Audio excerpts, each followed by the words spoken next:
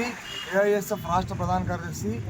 ఇటీవల ఫిబ్రవరి 1వ తేదీన సంబేపల్లిలో సీఎం గారి సమావేశంలో అఖిల భారత విద్యార్థి సమాఖ్య ఏఐఎస్ఎఫ్ అన్నమయ్య జిల్లా ప్రధాన కార్యదర్శి మాధవ్ లేచి ఏదైతే నారా చంద్రబాబు నాయుడు గారి ముద్దుల కొడుకు నారా లోకేష్ తన సొంత నియోజకవర్గంలో మంగళగిరిలో వేలాది మంది విద్యార్థులను సమీకరించి కూటమి ప్రభుత్వం అధికారంలోకి వస్తే జియో నెంబర్ 107 రద్దు చేస్తాం, అదేవిధంగా ఈ జగన్మోహన్ ప్రభుత్వం మెడికల్ కళాశాల ప్రైవేటీకరణ చేస్తూ ఉంది, మేము ప్రైవేటీకరణ చేయము, ప్రభుత్వ రంగ సంస్థను కొనసాగిస్తామని చెప్పినటువంటి ఈ నారా లోకేష్ గారు, అదేవిధంగా నారా ముఖ్యమంత్రి చంద్రబాబు నాయుడు గారిని ఈరోజు వాళ్ళ హామీల ప్రకారమే ఏఐఎస్ఎఫ్ జిల్లా ప్రధాన కార్యదర్శి వెళ్ళి, అయ్యా మీరు హామీ ఇచ్చారు, ఈ జిల్లాలో ఇచ్చాడు, అదేవిధంగా మీ కొడుకు విద్యాశాఖ మంత్రిగా బాధ్యత చేసినటువంటి లోకేష్ గారు ఇచ్చారు, కాబట్టి విద్యార్థి దృష్టిలో పెంచుకొని దాదాపు 1200 మంది విద్యార్థుల జీవితాలతో చలగాటం ఆడదని చెప్పని మాధవ్ అడిగితే తనని పోకిరా అన్నారు.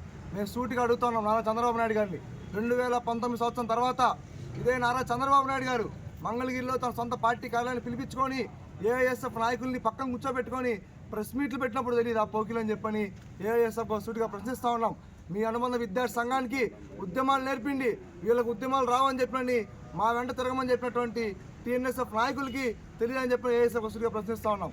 కాబట్టి ఈరోజు నారా చంద్రబాబు నాయుడు గారు స్పష్టంగా చెప్తా ఉన్నాం, అఖిల భారత విద్యార్థి ఫెడరేషన్ని నువ్వు మీ నాన్న అర్జున్ కూడా ఏం చేయలేడు. ప్రధానంగా నీ రాజకీయ భవిష్యత్తు కూడా, నీ రాజకీయ పునాదులు కూడా ఈ విద్యార్థి సంఘాల పై నుంచే వచ్చింది. కాబట్టి మరొక స్పష్టంగా తెలియజేస్తూ ఉన్నాం, మాధవ్ని కూడా ఎస్పీ కొట్టి కనపడితే ఎన్కౌంటర్ చేస్తా అని చెప్పాడంట. ఏఐఎస్ఎఫ్ రాష్ట్రం చెప్తా ఉన్నాం, నువ్వు రేపటి నుంచి నీ ఎదురుగానే, నీ కార్యాలయం ఎదురుగానే, కలెక్టరేట్ ఎదురుగానే ఈ రాష్ట్రంలో జిల్లాలో నెలకొన్న విద్యారంగ సమస్యలపైన ఈరోజు మాధవ్ ఉద్యమాలు చేపడతాడు. రేపటి నుంచి నువ్వు ఎట్లా ఎన్కౌంటర్ చేస్తావో ఈరోజు చూస్తామని చెప్పి కూడా సూటిగా తెలియజేస్తా ఉన్నాం.